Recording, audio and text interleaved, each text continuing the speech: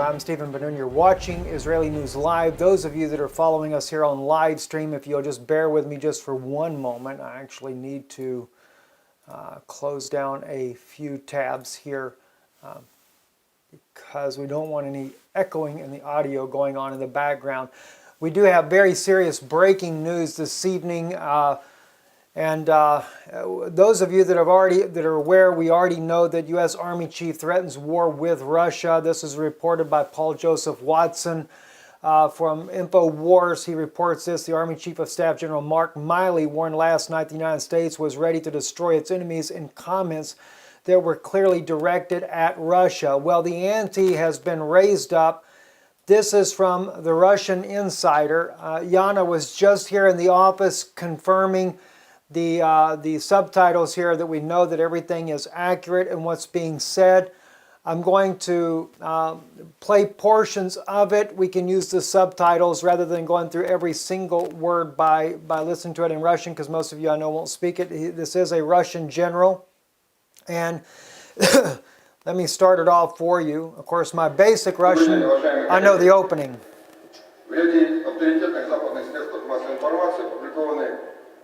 Okay, he starts off by saying leaks in the Western media allege that Washington is considering launching airstrikes against Syrian government forces.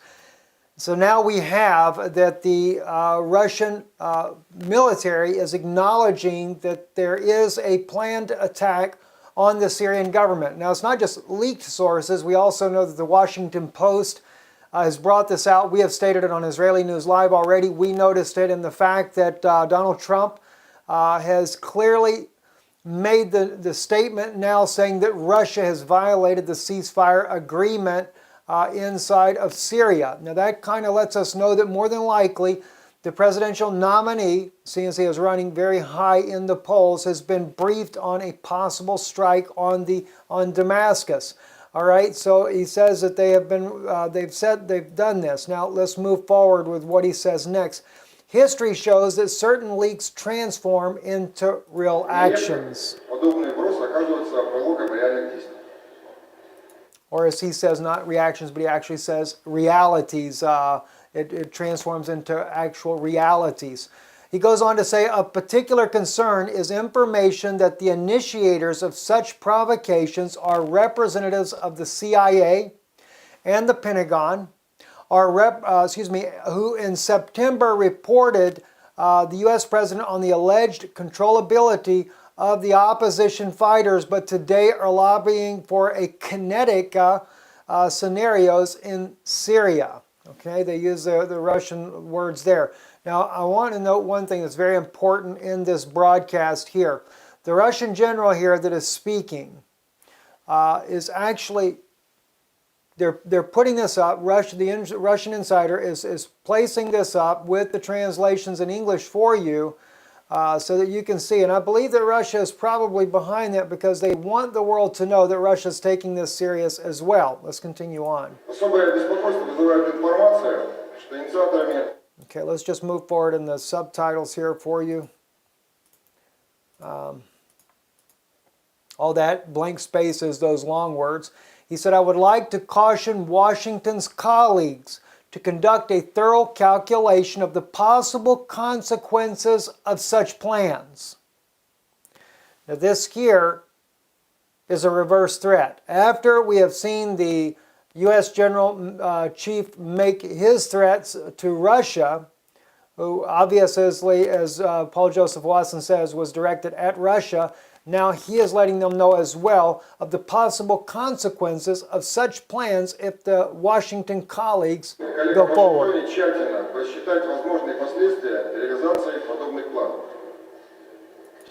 He says, today Syrian army has an effective air defense system, the S-200 and the BUK. Other air defense systems and their technical capabilities have been updated over the past year. All right. He's going to also get into the S-300, S-400. He says, furthermore, I warn American strategists that Russia currently has the S-400 and S-300 air defense system deployed to protect its troops and stationed at the Tartus Naval Base, Supply Base, and the Khamim Air Base. Okay. He goes on a little further. They actually show some, let me back up just a little bit here. He's going to show you some imagery of this.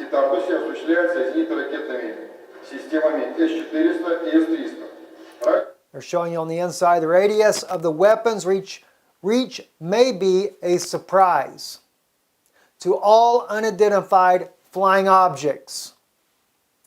Now, he's alluding to the fact of when warplanes travel without transponders on. And he goes into that just a little bit more. Let me move forward on it.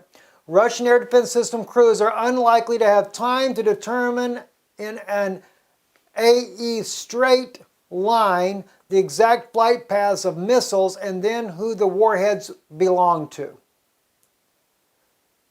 As the U.S.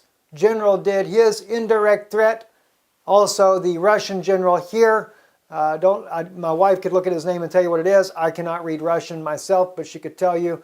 I didn't think to ask her of his name. We will get that here in a moment.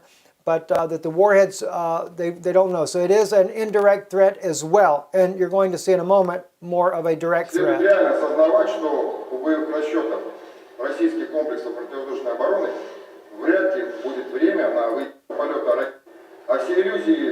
He goes on, and all the illusions of the amateurs about the existence of the AE invisible jets will face a disappointing reality. Again, as I mentioned before, he is speaking about those that are flying without their transponders on. That's why he says the existence of invisible jets will face a disappointing reality. So if there's jets flying without transponders on, where they cannot be identified, Russia's letting the U.S. coalition know they're going to take them down. This is Russia's version of a no-fly zone, and I'm about to share with you, I've already discovered moments ago a very interesting article in the Russian language, not published in English. We've translated it as well, so you'll be able to see this in just a moment. We use Google Translate for the screen, but my wife looks at these things as well. All right, so he goes on to say, and now finally the most important thing. Members of the Russian Reconciliation Center in Syria are working on the ground, delivering aid and communicating with a large number of communities in Syria. Okay. Самое важное. Сегодня большинство офицеров Российского центра примирения враждующих сторон работают гуманитарными главами сирийских провинций. 732 населенных. As a result of their work, 732 populated places and hundreds of thousands of Syrians went back to a peaceful life. Okay? As he goes on about this, he says, therefore, any missile or airstrike on the territory controlled by the Syrian government will create a clear threat to Russian servicemen. And do we realize how serious this is, friends? Any area, because now he is saying, you have to understand, let's back up and look at what he said over here. 732 populated places. That's a lot of area in Syria. You know, 100,000 Syrians went back to a peaceful life, and that they have humanitarian aid workers, Russian workers working in all these areas, so that any attacks in any of these areas, there he says, therefore, any missile or airstrikes on the territory controlled by the Syrian government will create a clear threat to Russian servicemen.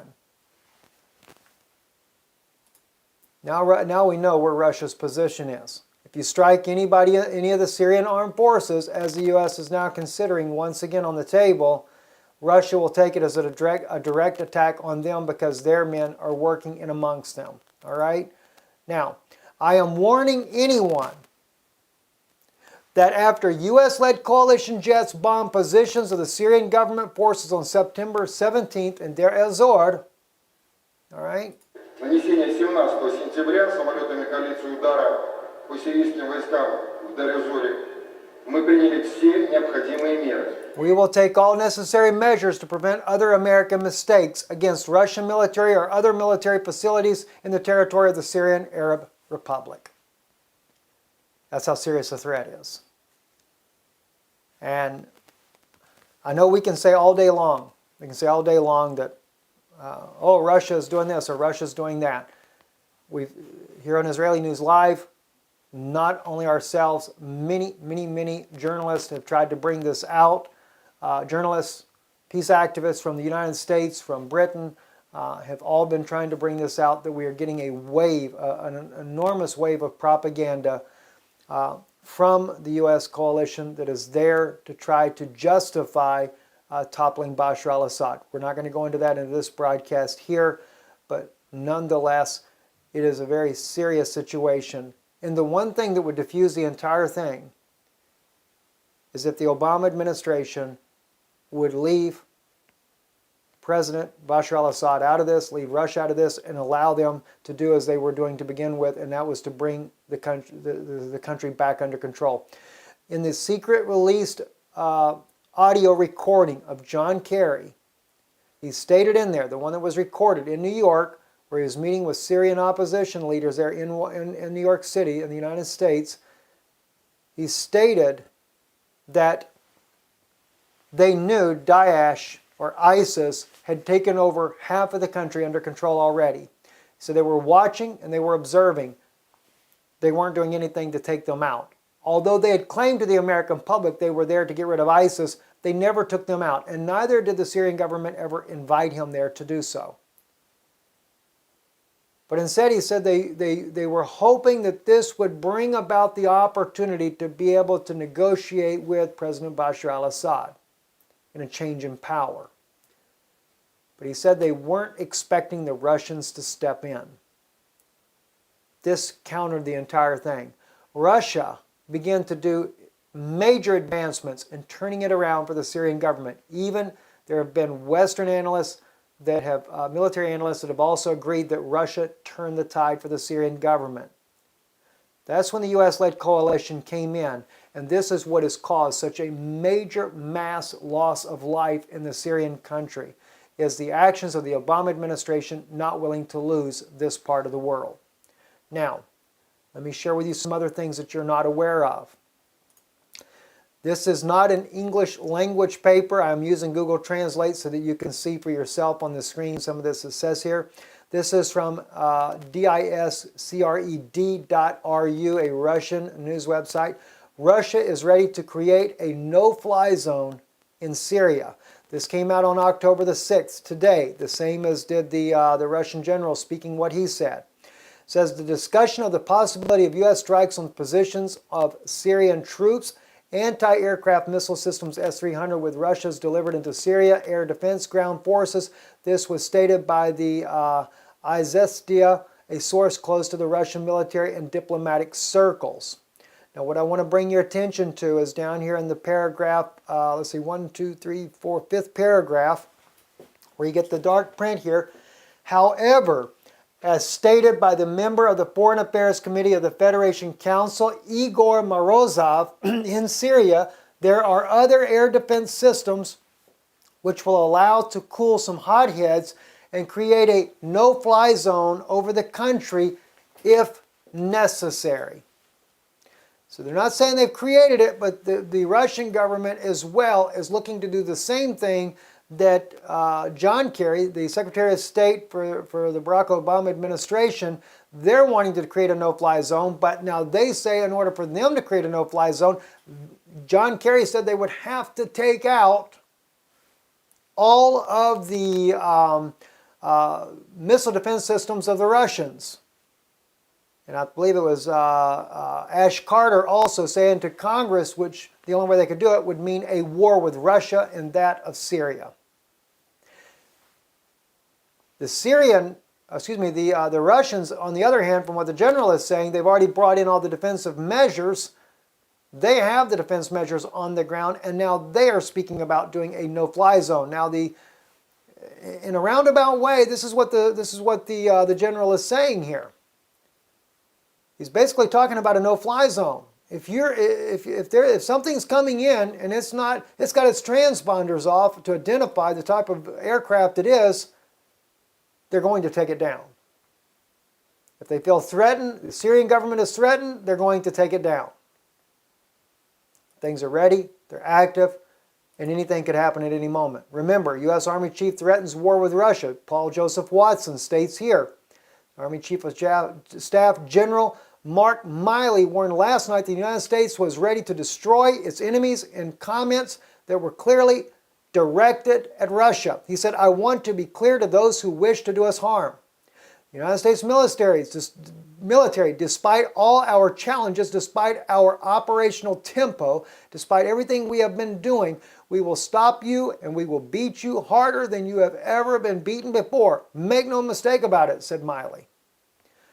Other countries, Russia, Iran, China, North Korea, went to school on us, he says, adding they studied our doctrine, our tactics, our equipment, our organization, our training, our leadership. In turn, they revised their own doctrines, and they are rapidly modernizing their military today to avoid our strengths and hopes of defeating us at some point in the future. I don't agree with that. Maybe Iran, maybe North Korea, yes, I could agree with it there. When it comes to Russia, yes, Russia did study, no doubt, as every military, including the United States, studies other governments' tactics, the way they move, the way they operate, how they think, in order to be able to capitalize on it. The U.S. does the exact same thing. We're no different than any other country. But I don't think Russia has an intention of wanting just to take down the United States when they have been working with such a great partnership with the West, including even sending their own military troops to the United States, which, if I'm not mistaken, there's about 15,000 Russian troops in the U.S. as it is. So I can't agree with that. And there's still, even as of right now, I was watching the press briefing by the not Secretary of State, but by the U.S. State Department today. I had not finished listening to it to be able to bring everything out, but it turns out that even right now in Moscow is U.S. Assistant Secretary of State Nolan, I believe that is. Yeah, Nolan is in Moscow right now speaking with their Russian counterparts there. So it's not that the Russia and U.S. are totally not in contact. And even John Kirby, for those who get that mixed up, John Kirby is the spokesman for the State Department. He is not John Kerry. I know there's a lot of dispute over that. But anyway, John Kirby is brought out today that after the Brussels meeting there that John Kerry, Secretary of State, and that the Foreign Minister Lavrov had spoke briefly about Syria today. Even though their talks have been called off, they're still interchanged between the two. There is a possibility that a war could be averted. Maybe some of you guys could help put pressure on legislation in the United States government to have the Obama administration back down. It doesn't look like Hillary Clinton really wants to see that happen. Maybe she does need martial law to kind of slow down the momentum of Donald Trump, who is also running against her. Let's see here. I believe that is it for this evening, guys. Very serious news. I ask of you, one thing I'm asking of you tonight, share this broadcast everywhere you possibly can. It's a very serious news, very important news indeed. And if our news that we bring out is a blessing to you and you'd like to support this work, please do so at IsraeliNewsLive.org. Thank you, and thank you for watching. Thank you for those who are watching on live stream. Haven't been able to get this run through the camera again in order to be able to get it to run smoother. We have too many internet options open at the time. Shalom, and God bless you.